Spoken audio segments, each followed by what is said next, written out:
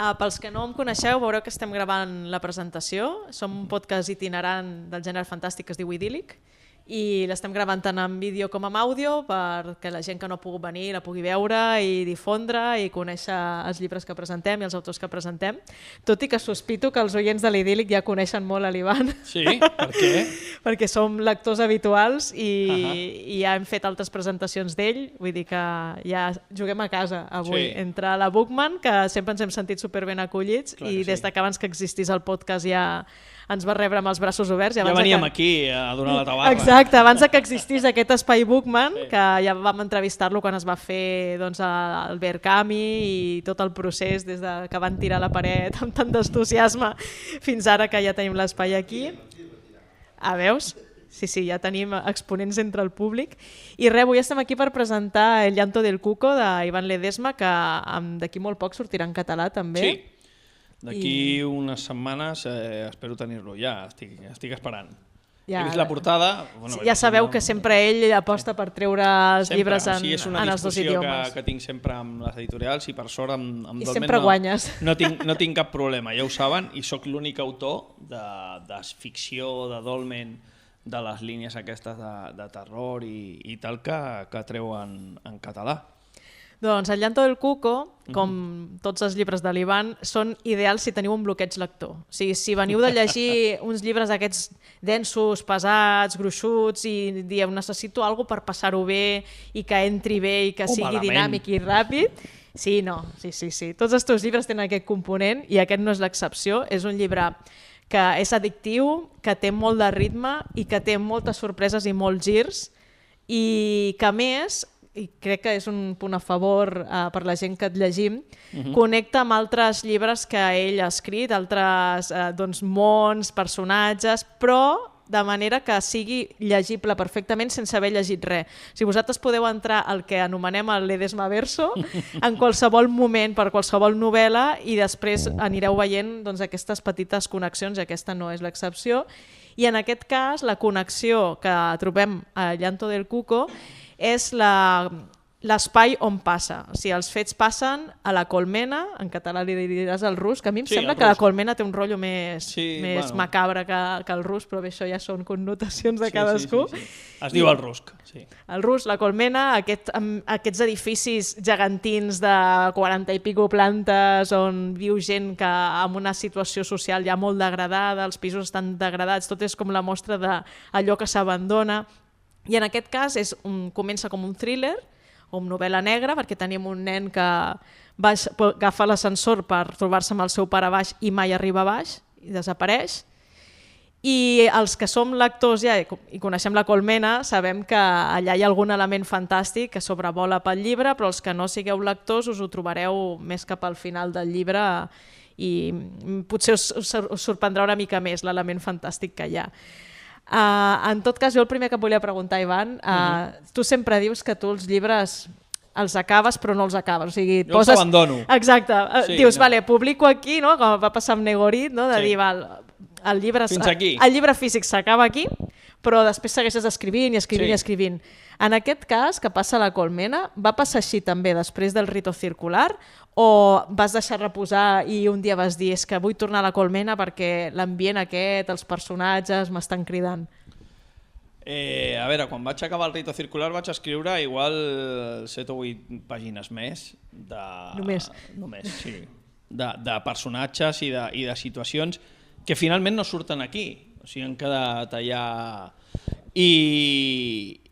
Però aquestes pàgines jo suposo que són la llavor on va sortir això, perquè allà hi havia com el tema de l'ascensor, que ja saps que és una cosa recurrent meva, estava al moment que algú desapareixia a l'ascensor.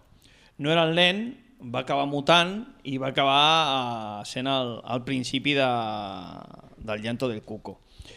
I a partir d'aquí, aquest sí que és cert que quan vaig dir fins aquí i el vaig enviar, he continuat. Ostres, hi haurà continuació aviat també. Continuació no, perquè és un altre llibre d'un altre gènere, d'una altra saga. Ostres.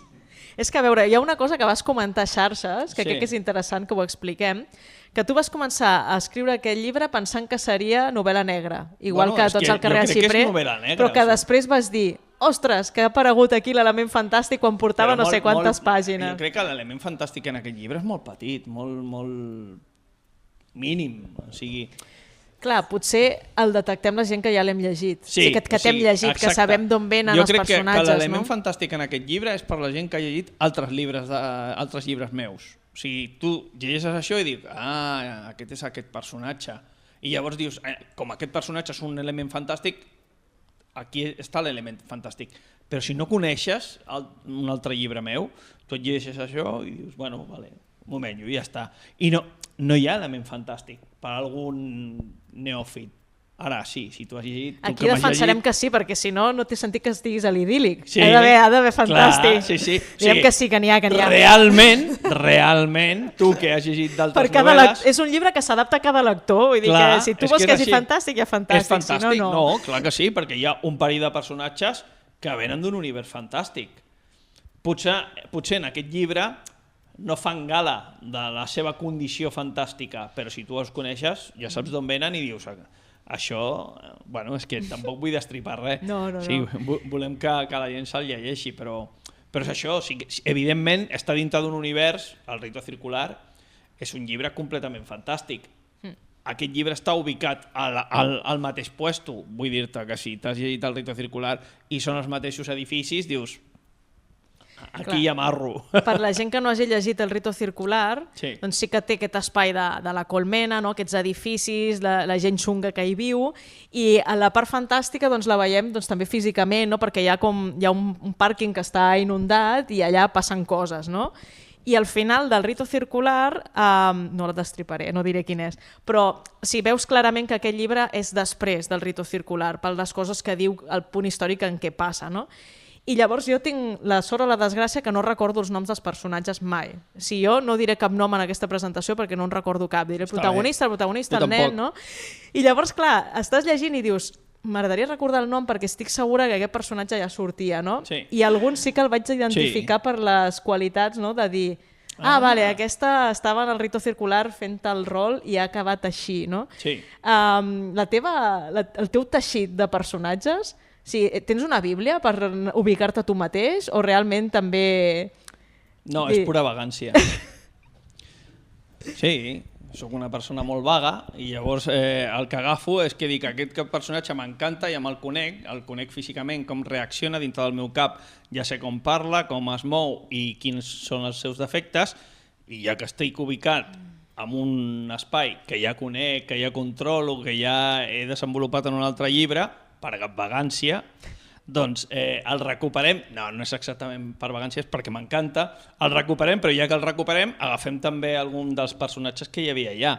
Evidentment, si no el coneixes, doncs no hi ha cap problema perquè el coneixes aquí, s'explica el seu background exactament igual i el coneixes de nou. Però si després et llegeixes l'altre, doncs evidentment diràs, coi, aquesta persona ja feia coses, o sigui, ja té una història pròpia. Per exemple, en aquell llibre li passen una sèrie de coses i en aquest llibre té fòbia a coses que li van passar en aquell llibre, per exemple, no? Però tu la fòbia la coneixes aquí, o sigui, et diuen, no, és que jo no suporto, m'ho invento, els ratpenats, doncs ja, és que ja em vaig trobar en una habitació plena. Doncs no, és un exemple, no és la realitat. No, però clar, si realment li dones un futur, una continuïtat als diferents personatges, i sí que parlàvem fora de micro, no? Quan vaig acabar el llibre, i tenim costum que quan acabo el llibre li escric i comentem. Com a mínim ella m'escriu a hores raonables, hi ha gent que m'escriu a les 4 de la matinada, no? Fill de puta! Sí. A veure, jo el Rito Circular l'hauria escrit a les 3 de la matinada quan el vaig acabar, que vaig estar una setmana sense dormir, però... Hi ha gent que m'escriu a les tantes de la matinada, jo ho entenc. Clar, és que s'han de desfogar, no? Fàstic, és el que hi ha. Però el que volia dir és que parlant fora de micro em deies que fins i tot hi ha personatges d'aquí que ja els estàs linkant amb el llibre que presentàvem fa uns mesos, que era la segona part del carrer del Xiprer. Sí. O sigui, ja tens pensat un enllaç... No és que tingui pensat, és que surt l'enllaç. Si tu t'has llegit Dolent com la tinya i et llegeixes El plor del cucut, si el llegeixes, per exemple, de seguit, ho veus claríssimament. O sigui, si els llegeixes de seguit, ho veus, perquè hi ha gent que els ha llegit molt seguits i em diu, escolta, aquí quan van caminant passa aquí I de cop i volta salta la fulla aquesta d'aquest altre llibre i dic, sí, mira, l'has agafat. Però m'ho han dit ja 3 persones, o sigui que s'entén. Jo no ho he agafat, però també és fa... perquè gent que se'l llegeix seguit. Clar, jo fa un any que vaig llegir-lo. Va agafar el Dolent com la tinya i just havia sortit aquest i es va llegir el Dolent com la tinya i va llegir l'altre i llavors les dues coses que hi ha que linken una saga amb l'altra les va agafar rapidíssimament, però perquè tenia la sort que venia d'embranzida i ho va agafar molt ràpid. I que seguirà. Bueno, jo crec que farem un llibre que connecti totes dues sagues i acabarà... la gent fa trilogies, no? Doncs jo faré 2 llibres i un que acaba per vagància. O sigui, acabarem 2 trilogies amb un llibre només. Dius vagància, però després d'escriure 25 llibres alhora. Ja ho sé, és per conya, és per fer la conya. Clar, si sempre diem que els teus llibres tenen com protestes, reivindicacions, és molt habitual, m'agradaria desgranar una mica temes que hi ha en aquest llibre. Primer de tot, hi ha molt el tema problemàtiques socials, no? Clar, veiem aquesta colmena, aquest rusc, on la gent viu com viu, no? Són gent, doncs la majoria que tenen feines en negre, que estan a l'atur, que tenen problemes de salut, que hi ha molta gent gran que estan abandonats de la mà de Déu. I hi ha petits detalls urbanístics, no? Hi ha un parc infantil que està sense acabar i està tot rovellat, hi ha un forat on hi havia d'haver una piscina però mai es va fer. Volies fer una mica de paral·lelisme de les persones són abandonades igual que l'espai i com la gent passa de tot d'arreglar certes coses o de complir certes promeses, sobretot administració pública? Sí, és que és exactament així. O sigui, és l'abandonament de la gent físicament de la gent i l'abandonament de l'espai, o sigui, va de la mà tot això, la degradació de segons quins barris que estan oblidats de la mà de Déu i que peten socialment perquè les costures de la cohesió social, si no inverteixes en mantenir-la, es destrossa. I això ho veiem clarament, tu vas a la part alta de Barcelona, escolta, ni un paper a terra, està tot maquíssim, guapíssim i superarreglat. Per què? Perquè li tiren bitllets a sobre. Allà veus cada dia que passen els de la brossa, tot net, vinga, tot pentinat, està tot perfecte. Tu vas al meu barri, al Bon Pastor, escolta, hi ha una paperera, quan van treure, hi ha una àrea que van treure tots els containers, fora, containers fora, ara fem el no sé què de la brossa que s'ha de tirar i reciclem i la deixes a la porta de casa. A la porta de casa? Aquí, aquest barri, a la porta de casa? Vols dir que anem bé? Amb edificis de no sé quantes plantes. Sí, vols dir que anem bé? Què va passar? Doncs que la gent surt i a la primera paperera ho tiren allà, però clar, ho tiren els 2 primers. Quan venen 50 persones darrere, o sigui, s'omple, nius de rates, o sigui, una cosa, van ficar els containers un altre cop 2 setmanes després. Idees de peregrino, de bombero que tenen aquestes administracions que dius, tio, si no fas una infraestructura, no fas una conscienciació social, no fas un procés, no deixes participar la gent, després o sigui, ells no, si et fixes, no volen gastar en infraestructures, només en ordenació. Us ordenem que feu això, però gastar-te calés en fer una infraestructura bona i coherent i que la gent ho pugui fer, no, això és molt car, home. Millor gastem en això i en ficar-te multes perquè tu fas això. Així anem. I després el tema personal, doncs sí, mira, ho explicava ahir, amb una de les supervivendes que han fet ara al meu barri, ahir van matar un noi de punyalades, el senyor que el va apunyalar em va intentar atracar a mi fa 25 anys. I aquesta anècdota l'explico moltes vegades en presentacions, l'anècdota d'aquest senyor. Aquest senyor, jo tenia una tenda informàtica i em va entrar amb una pistola per atracar-me, no? I em va encanyonar. La curiositat, perquè això dintre del meu barri és una cosa que pot passar, o sigui, passa, de fet, habitualment, no? Però la curiositat és que la persona que m'estava intentant atracar, o sigui, la meva àvia vivia a una casa barata del Bon Pastor, la porta del costat no, la següent era on vivia aquest senyor. I clar, era de... Pitus, m'estàs atracant a mi, o sigui, sé on vius. Vull dir-te que tu ara jo et donaré els calés, però quan surti el que faré serà dir-li a la teva mare. Això és més efectiu que avisar la policia. Perquè la persona que més temia ell era la seva mare. I el tio em deia, no te atrevas a decírselo a mi madre, però això amb una pistola. I era de, sí, ara li diré. I es va ficar uns guants i em deixa la pistola sobre el mostrador i em diu, cógela y apúntame. Y yo, tengo que apuntarte de nada. Cógela, venga, cógela. Y yo, no cojo nada. Pero lo que sí que voy a coger es este palo que tengo aquí debajo, como dejes la pistola y te lo voy a dar en la cabeza. Va grunyir, va agafar la pistola i va marxar. Això fa uns 25 anys, era una persona enganxada a l'heroïna, a la cocaïna, i ahir va matar un xavalote de 17 anys, que sembla ser que estaven en un pis, es van posar a discutir per tema de drogues, i li va fotre 17 punyalades. I, evidentment, va venir la policia, tal i qual, i se'l van endur. Té 5 anys més que jo. I aquest porta enganxat des dels 14 i encara aguanta. Estrany que estigui viu, oi? Sí, jo al·lucino. És com a l'Ozzy Osbourne, saps? Sí, és una passada. Té una genètica de superheroi, perquè encara aguanta i encara, mira, fastidien vides. Però vull dir-te que aquesta problemàtica social que jo explico en aquest llibre, bueno, és la que he vist. O sigui, és la que m'ha amat tota la vida i al final doncs, expliques una mica, exorcisses els teus dimonis a través de la literatura. No? Hi ha gent que es paga un psicòleg, un psiquiatre, jo escric llibres i us poso les meves merdes, vale? I me les trec de sobre i us traumatitzo a vosaltres. Això suposo que ho fan tots els escriptors. El que hi ha de peculiar en la teva literatura és que hi ha situacions que quan ens les expliquen altres escriptors no sonen així. No sonen reals, no sonen que podria ser el meu veí del 5è, no sona que aquest barri existeix, sona a distopia o a cosa inventada, no? I es nota que les has viscut. És que les he viscut. És que al final és el que diem, no? Que fem una mica el que a mi m'agrada escriure. Evidentment m'invento moltes coses i sempre tens el recolzament de la fantasia per poder dir... Bueno, però al final tot això és fantasia, no tens això per agafar-te. Però a mi m'agrada escriure del que conec per donar com a mínim una pàtina o com a mínim una part de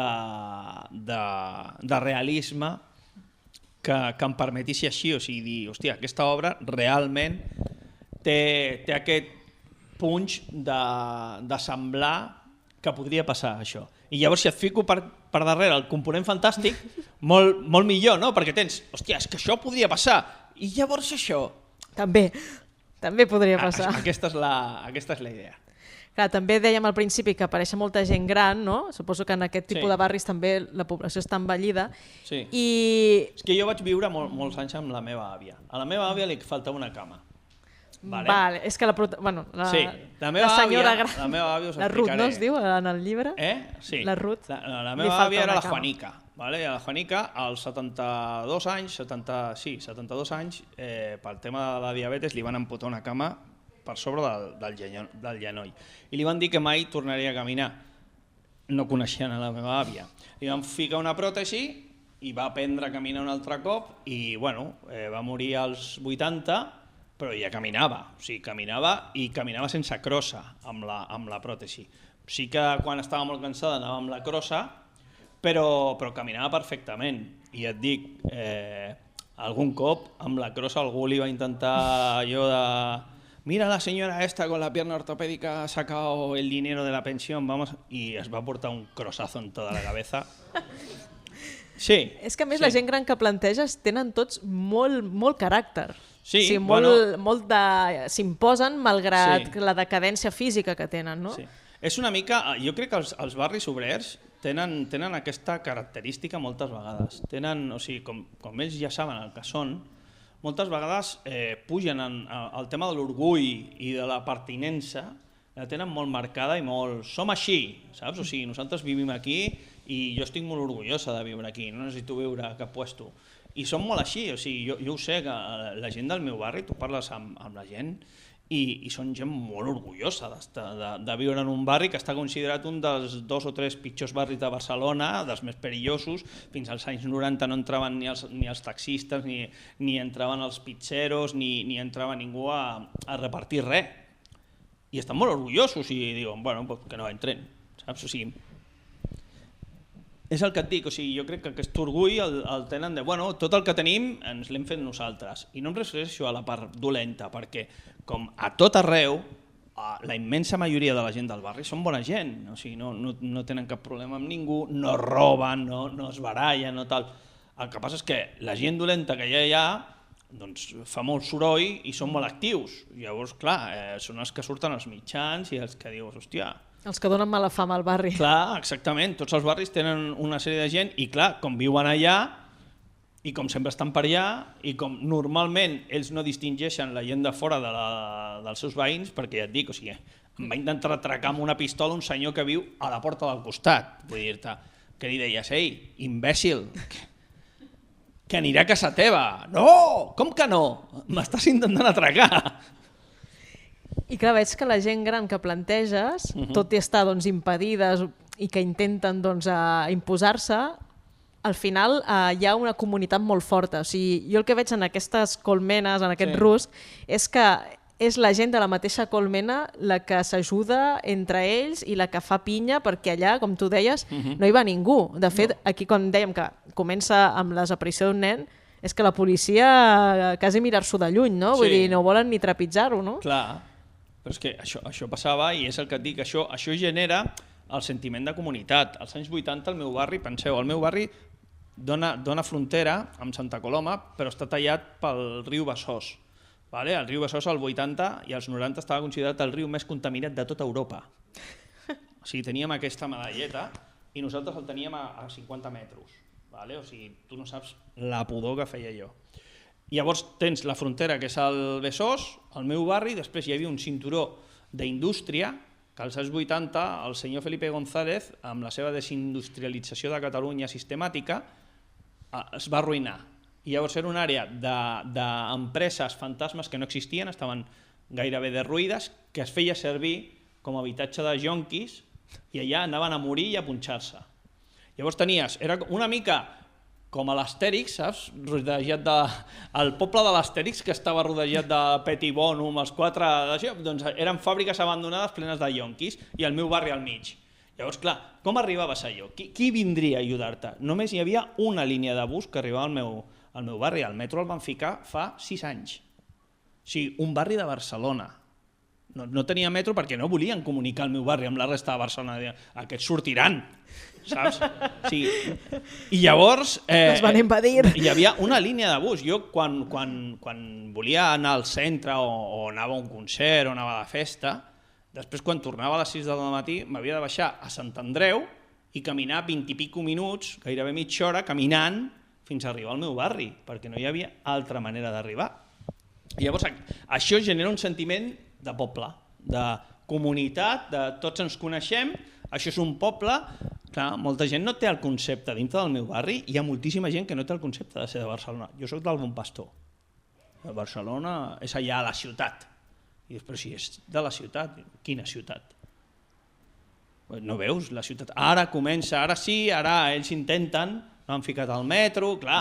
Per què? Perquè Barcelona no pot créixer més i llavors han tirat totes les cases barates, han fet colmenes, han començat a fer colmenes. Clar, els primers que van fer va ser un puto desastre. Tu imagina't agafar la gent que està acostumat a viure a les cases barates, que són cases de 25 metres d'una sola planta, a ran de terra, que tota la nit surten a la fresca, tal, bueno, els que són... Amb les cadires fora... Sí, no? exacte.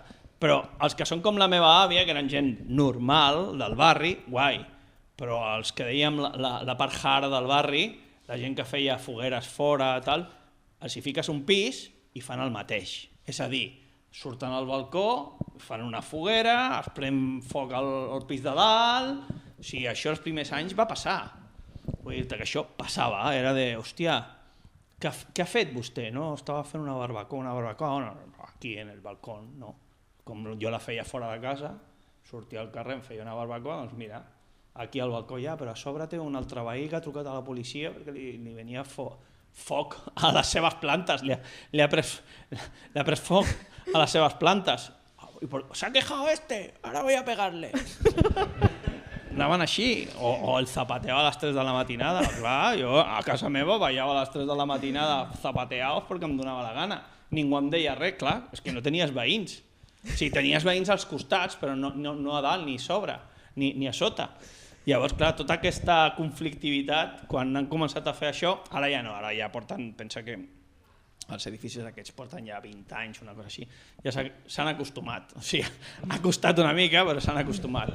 Ara falta que paguin la comunitat, el pàrquing, falta això. Això és un altre episodi. Sí, això és ja la inserció completa a la societat, però estem en aquesta feina. Clar, que jo no sé si escrius d'això perquè és el que coneixes o és perquè també vols visibilitzar una part que no es veu en la literatura normalment, no? Que com a molt es veu en pel·lícules i per pintar-ho com algo superxungo. És en tot. Tu què venen de Barcelona? O sigui, tu fixa't una cosa, els anglosaxons ho fan molt bé. O sigui, tu veus Londres, tu pots tenir totes les coses maques, però també venen la part fosca, venen el Londres negre, venen el Jack el Destripador, venen tota la seva merda, tota la seva història horrorosa de piratisme, que és una nació extractiva, violenta, degenerada. Ho venen perfectament, perquè diuen, llum a tot. Però a Barcelona no, som... Barcelona, escolta, no. El Gaudí, la Sagrada Família, la Pedrera, el no sé què. I dius, bueno, i els anarquistes que fotien bombes al 1912 i la Rosa de Foc i la Setmana Tràgica... Ui, no, això és molt lleig, això no ho vendrem. I l'Enriqueta Martí, què tal? O sigui, el nostre Jack el Destripador no el venem? O sigui, vull dir-te que aquesta senyora va fer molt més mal que el Jack el Destripador de Londres, vull dir que era molt més hard. No, això és molt lleig. I és que a part, els cognoms de la gent que contractava l'Enriqueta Martí són els mateixos cognoms que hi ha ara mateix a la Generalitat. Està feo. Vull dir-te, no agrada. Llavors aquest focus es canvia i sempre són les llums de Barcelona, però mai són les ombres. I llavors jo soc un reivindicatiu de l'ombra, principalment perquè no m'agrada el sol, perquè sóc un vampir. I la gent quan te'l llegeix, et passa com t'estem dient aquí, que et creu? O realment diuen, t'has flipat? Hi ha molta gent que em diu que m'he flipat. Moltíssima. O sigui, la gent que em coneix de prop diu, i per què no fiques? I em diu alguna de les grosses que han passat, no? I dic, és que ningú s'ho creuria. És que si explico això, la gent em diria, o sigui, els que em coneixen, que tu dius, jo conec, em dirien, se t'ha ido la olla con esto. I no. Vull dir-te que hi ha coses més hard que deixo fora perquè jo mateix em tallo dient, és que això no, si ho explico no s'ho creurà ningú. O sigui, si jo explico aventures d'algun dels personatges que he conegut a ma vida, la gent diu no m'ho puc creure. O sigui, no m'ho puc creure. Però existeixen, o sigui, hi ha gent que fa coses molt boges i han tingut vides molt al·lucinants, que potser han durat molt poc, evidentment, si tenen aquest tipus de vida, i que queden fora dels llibres perquè tinc por de que sembli massa eres un peliculero, i els deixo fora. Sempre ho dic, jo anava al col·legi, amb 12-13 anys, jo anava amb un noi que o sigui, era el Billy the Kid del meu barri, era el Juanito el Crío, ¿vale? Que aquest noi tenia 13 anys i tenia tatuat en un peu, estoy cansado. I en el otro, yo también. I aquí darrere tenia mierda para los barberos, amb 13 anys. Va morir amb 15 anys després d'atracar una sucursal del Sabadell o un d'aquests bancs, amb 15 anys. ¿Vale? Però no perquè l'agafessin, o sigui, sinó perquè va robar tanta pasta que es va fotre una festa terrible d'heroïna i jo què sé, i se'l van trobar mort al marge del riu. No arribava als 15 anys. I aquest era el que s'asseia al meu costat del pupitre. Que clar, jo li caia bé, perquè era el malote, evidentment, de la classe, jo li caia bé i el professor em deia, es que te pongo ahí porque me lo tienes tranquilo. ¿Vale? Penseu una cosa, a aquest noi li deixaven fumar a classe. O sigui, en aquella època, als 80, els profes fumaven, però els alumnes no. Però al Juanito li deixaven perquè si no te la liava, i llavors estava el profe explicant i estava el Juanito al meu costat fumant, i el profe li posava el cendrer perquè si no l'apagava a la pròpia taula. Tu creus que si jo explico un personatge així dintre del meu llibre, la gent dirà, te estás flipando, colega? Sí. Doncs d'aquest... Vull saber més del Juanito. Sí. Era el Billy the Kid del meu barri. Un llibre del Juanito. Sí, però és que no s'ho creuria ningú. Em deia, ja t'has ido, se t'ha ido ja, completament. No sé. Els que et coneixem també sabem que tens moltes històries d'hospitals, Sí, perquè tu vas dedicar-te una llarga època a treballar en hospitals, i en aquest llibre hi ha 2 espais, la colmena i l'hospital. Sí. En aquest jo crec que Vagància pura. t'has quedat una mica light, no?, en les anècdotes d'hospital, però Déu-n'hi-do els personatges que tenim allà i les històries que s'intueixen, no?, que dius... És que, no sé, per exemple, no? La mare que ve a urgències cada 2 per 3 i a mi me huele que el nen no està malalt, que aquí hi ha alguna mà negra, no? Doncs això és que, a veure, en aquest aspecte no és directe meu, o sigui, són anècdotes perquè la meva dona va estar com 12 anys a neonatos del Sant Pau. I llavors són els seus dimonis que em va passar a mi, perquè clar, quan arriba a casa, mira el que m'ha passat avui, i a mi, pla, m'ho tira dintre, i llavors, clar, a mi em dóna voltes allà, hòstia. Clar, és molt hard, perquè són gent que, primer, no tenen consciència de que estan fent mal a algú, que és la persona més innocent que hi ha, que és un nen petit. I 2, tampoc li pots retreure que són ells perquè és una malaltia. O sigui, són gent que li fa mal al nen perquè siguin necessiten que el nen els necessiti. Per cuidar-lo, no? Sí, i hi ha, o sigui, aquesta malaltia hi ha el Munchausen, que tu fas a tu mateix, que es diu que tu mateix et fas mal per anar a l'hospital i que et cuidin, no? És que tengo taquicàrdies, i resulta que és una persona que menja cullerades de cafeïna perquè li fiquin taquicàrdies i poder anar a l'hospital i dir que té taquicàrdies. Però després està el Munchausen por poderes, que tu fas amb algú que tens al teu abast, sigui la teva mare, el teu germà, el teu fill o qui sigui. I llavors fas que estigui malament per poder-lo portar a l'hospital i salvar-lo. Llavors tu el salves, el portes a l'hospital, el curen, tu l'has salvat, et sents, hòstia, l'he salvat, i fiques la medalla. Bueno, però és que tu l'has ficat malament. Llavors aquesta gent, doncs passa molt. O sigui, a l'Hospital de Sant Pau hi ha uns protocols que quan comences a detectar algú que no para d'entrar a urgències i tal, ja els tenen vigilats i ja diuen, a veure, si ets tu el que t'estàs fent mal a tu mateix, et deriven a psiquiatria, voluntària o involuntàriament, perquè el que no volen és que t'acabis matant una d'aquestes. Però si li estàs fent a un nen, és molt fotut. Ha d'entrar la dgaia, ha d'entrar el benestar social, ha d'entrar una persona que controli, que jo no he fet res. Llavors, clar, aquesta gent no són tontos. Fan, m'estan controlant, no passa res. I quan surt del radar, un altre cop. Llavors, clar, és una història fotuda. I clar, quan la vius de prop, o sigui, la meva dona ho viu directament, doncs al final t'acabes sentint moltíssimes coses molt bèsties. Parles molt de salut mental en aquest llibre. Sí, és que vaig estar anys treballant a salut mental. També hi ha anècdotes d'aquestes que saps que les he explicat i amb la gent en petit comitè o en privat explico moltíssimes anècdotes de molta gent que vaig treballar, però no les explico als llibres perquè també em passa el mateix. O sigui, explico les històries d'algú que li ha passat alguna història d'aquestes i em diuen, estàs inventant. I no, hi ha gent així, o sigui, penseu una cosa, per exemple, aquest símil que sempre veiem als tebeos, als còmics tal, del boig que es creu Napoleón, us sona això, sempre als còmics o amb alguna història, el boig amb el traje de Napoleón. Per què? Perquè aquests còmics són francesos o belgues i la figura que tenen de referència allà és això. Aquí és amb el rei Juan Carlos. Jo he conegut a moltíssima gent malalta, amb una malaltia mental, que estan obsessionats amb la figura del Juan Car, però flipant, ¿no? O sigui, és flipant de, no es que el rey me llama, no es que veo al rey por la tele que me da órdenes, no es que el rey me pidió una misión secreta que tenía que hacer unas cosas para el rey y todavía no me ha llamado para darme las gracias.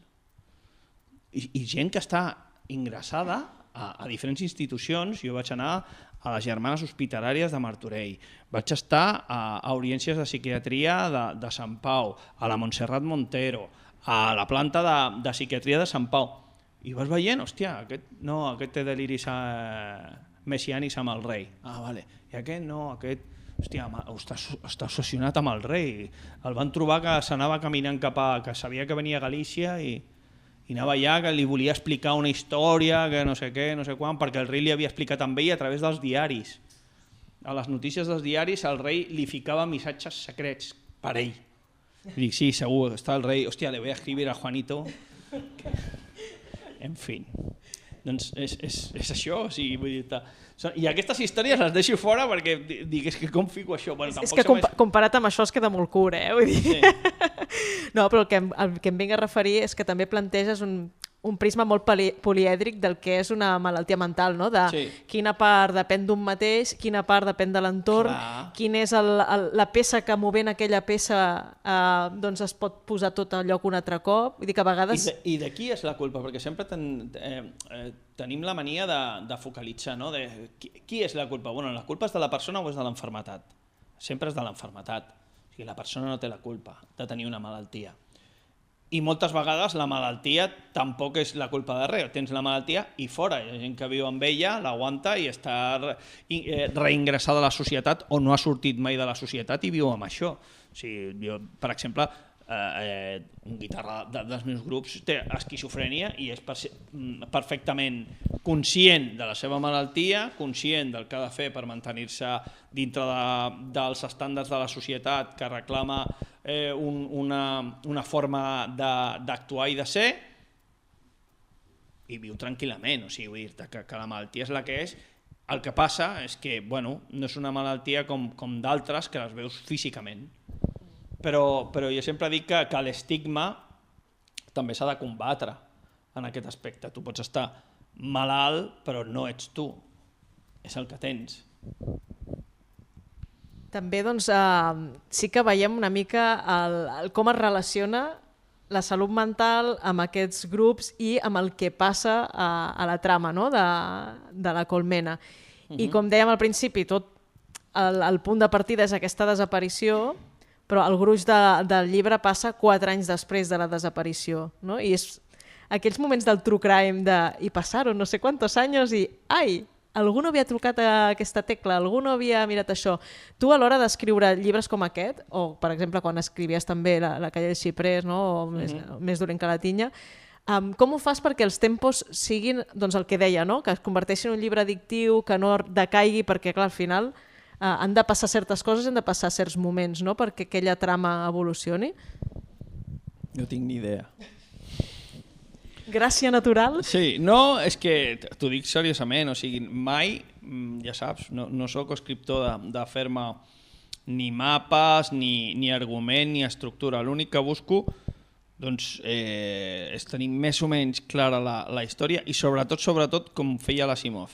Vale, sé com començaré i sé on vull arribar, sé a on vull anar a parar i com serà el final, més o menys. Ni tan sols l'escric, però ja mentalment dic, no, mira, començarem aquí i vull arribar fins aquí. Tot el que hi ha al mig vaig tirant milles. El que sí és que per ofici, de guionista, d'escriptor, del que vulguis, sí que intento que cada capítol on deixo el personatge sigui un punt interessant. O sigui, per mi com a lector. O sigui, vull deixar-lo en aquest aspecte on el deixo allà que no saps si l'han matat. Et deixo aquí que no saps què ha passat. Et deixo aquí que sempre intento no deixar-lo enmig de, bueno, ens mengem un bocata de tonyina, vinga, va. Això és molt avorrit. Però si el deixes allà que està, hòstia, aquesta persona està a punt de morir i el deixes allà, tu com a lector diràs, hòstia, ara quants capítols queden perquè torni a saber d'aquest personatge? 3, 4... Bueno, com són capítols curtets, vaig a veure si arribo.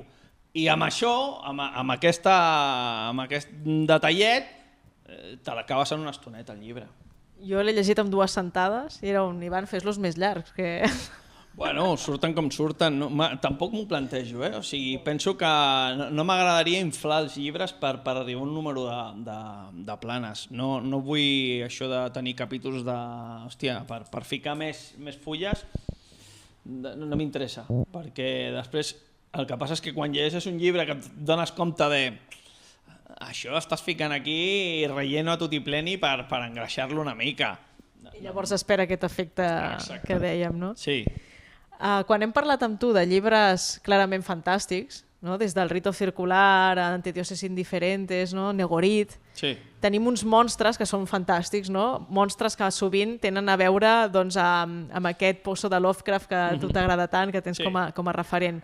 Aquí no, aquí els monstres són humans i de fet diria que és el llibre on veus més parts monstruoses de cada un dels personatges, perquè fins i tot els protagonistes és que no em cau bé ningú d'aquest llibre, no? O sigui, és que dius és que hi ha una part perversa, una part xunga, no? I penso, tu volies dir és que els humans són malvats per naturalesa o com ha anat això? No, o sigui, malvats no, però vull dir-te, no hi ha ningú ésser de llum. O sigui, tots som grisos, tots tenim una part, tenim parts que són bona gent i després quan anem a aparcar al pàrquing o estem en un semàfor, cabron, que te l'has passat! Comences a cridar, doncs tens aquest puntazo que dius, també ets un cabró tu, per quan comences. Jo ho reconec, per exemple, a mi m'estressa moltíssim conduir i sóc d'aquests que per treure'm l'estrès em dedico a cridar. Si vaig sol, tanco les finestres perquè ningú em senti, perquè no vull tampoc increpar ningú i que em senti, però sóc d'aquests de... Ai, que bien! Saps? O sigui, anem així i vull dir-te que tothom som grisos, no hi ha gent perfecta ni gent maquíssima 24 hores al dia. Hi ha gent, o sigui, tots tenim un punt agre i un punt... I bueno, intentem dintre de la nostra pròpia idiosincràsia ser la millor versió de nosaltres mateixos. Ens surt sempre no. O sigui, hi ha moments que diem no m'aguanto ni jo mateix. Entens? O sigui, com perquè m'aguanti algú. Doncs en aquest llibre intento que es vegi això. Són els protagonistes? Sí. També tenen un mal despertar, m'entens? Ui, hi ha una mosqueta aquí. Tenen un mal despertar. Jo sempre dic, o sigui, jo quan m'aixeco al dematí necessito mitja horeta d'estar sol, necessito el meu cafè, que ningú em parli, perquè tinc molt mala llet. Bueno, doncs, escolta, som humans, tenim defectes, prefereixo aixecar-me mitja hora abans que ningú i ja està, o quan no hi hagi ja ningú a casa. Perfecte, estàs tot sol i et prens el cafè i la mala llet, o sigui, jo poso cafè i mala llet. I llavors, pam, a la mitja hora ja soc humà, ja puc parlar amb tothom, però a la primera noche, suïcida. Si vols barallar-te amb mi, truca'm només que m'he aixecat, perquè, garantit, 15 segons i ja estem cridant. I després em sap greu, perquè jo crec, o sigui, ho vaig parlar amb un metge, li vaig dir, escolta, i diu, no és un tema hormonal, li passa a un percentatge de la població, li passa. Diu que triga a estabilitzar-se hormonalment el cervell, i llavors al principi és de... Vols que ens donem un cop de cap? Doncs endavant les atxes, cap problema, només aixecar-te. Després ja, ui, què ha passat? Si jo sóc una bona persona. Doncs això volia transmetre amb els personatges, però no que caiguessin malament tots. És que em costa molt, eh? Sí, tots? Molt. Sí. Fins i tot el nen, mira què et dic. Una colleja se merece. No, això ja són visions personals, Però tu has passat bé fent de persones monstres? Sí. Perquè jo sé que a tu t'agrada molt fer monstres. Sí. Llavors no sé si et trobaves a faltar fer un monstre, un granotot d'aquests d'Antedioses Indiferentes o alguna cosa? Perquè els monstres, o sigui, et dona igual el físic que li donis, el monstre va per dins. I llavors una cosa és que físicament sigui monstruós, o sigui lleig, o sigui antinatura, per dir-ho d'alguna forma, sigui horrorós, però una altra cosa és que el monstre sempre, doncs és això, no? És els seus actes que defineixen el monstre. I en aquest aspecte jo crec que són monstres que van per dins, m'ho passo igual de bé, creant aquests. Sempre tens molts projectes en paral·lel? Sí. Quants en tens ara i quants d'aquests són fantàstics? A veure, fantàstics... 1, 2, 3... Que estiguin en actiu, 3, segur. I després que tingui a mitges, ni els conto. Fa un parell de setmanes em van dir quants llibres tens començats? I crec que en sortien 17. I alguns tenen 200, 300 pàgines, i d'altres tenen 20 o 30. Però hi ha llibres que dic, i per què no els acabo? Si el vaig escriure fa 7 anys i vaig escriure 280 pàgines. Per què no l'acabo? Perquè sóc imbècil. Cap problema. O sigui, Això diu tot. en la reconeixença, saps? Un viu molt més tranquil. Soc imbècil, cap problema. I ara, a més, per la Setmana del Llibre en Català has presentat la segona part d'Alexia King. Sí. A veure, aquesta segona part era buscada? Era un apèndix d'haver seguit escrivint les històries de l'Alexia? Una mica això, una mica l'apèndix d'haver seguit la història de l'Alexia, una mica els nens que m'ho demanaven, perquè clar, jo presento un llibre de terror o un thriller d'assassinats, d'assassí en sèrie, estic allà assegut en una llibreria com aquesta i ara entra per aquí una senyora amb dos nens, se salten tota la fila, venen fins aquí. Tu ets el de l'Alexia? I jo, sí. M'encanta el llibre, quan fas el segon? Bueno, el farem. Vale, vinga, adeu. Bueno, com s'anava a dir, mató a no sé quién i mató a no sé cuánto. I clar, em fa molta gràcia això. Doncs això ja m'ha passat 3 vegades. Sí, o sigui, que estic en algun puesto presentant o parlant d'algun llibre i tal, i em venen nens, escolta, tu ets el de l'Alexia, no? Perquè és el mateix nom. I jo, sí. I estic parlant d'altres llibres que evidentment són per adults. Vestit de gòtic, no? Allà. Es deuen portar una sorpresa bastant important. Clar, de l'Alexia normalment, o sigui, vaig fer una presentació, però és el que et dic, o sigui, el públic de l'Alexia no va a presentacions, llavors és una mica, bueno, es treu el llibre i es ven bé, o sigui, va sortint i bueno, va sortir a la White Raven i tal europeu, a la llista de llibres infantils més valorats d'Europa, o sigui que estic molt content. I va arribar un punt que em van dir, escolta, segona part, dic, bueno, tinc 30 o 40 pàgines, i el primer té 120. Vull dir, ja tens mig camí fet, clar, no? Dic, tens gairebé la meitat d'un llibre, dic, bueno, va, ja l'acabaré. I sí, el vaig acabar i ha sortit. Clar, ja m'estan dient, bueno, però això serà una saga, no? Perquè parles de 12 mons. Dic, stop. No, he parlat de 12 mons, no de 12 llibres. Vale? No, sí, relax. Llavors, què he fet? En el segon llibre he ficat 3 mons. Així ja vas tirant... Ja hem parlat de 4. Ja hem parlat 4. No, però de moment traiem aquest i ja veurem si fem un tercer o no.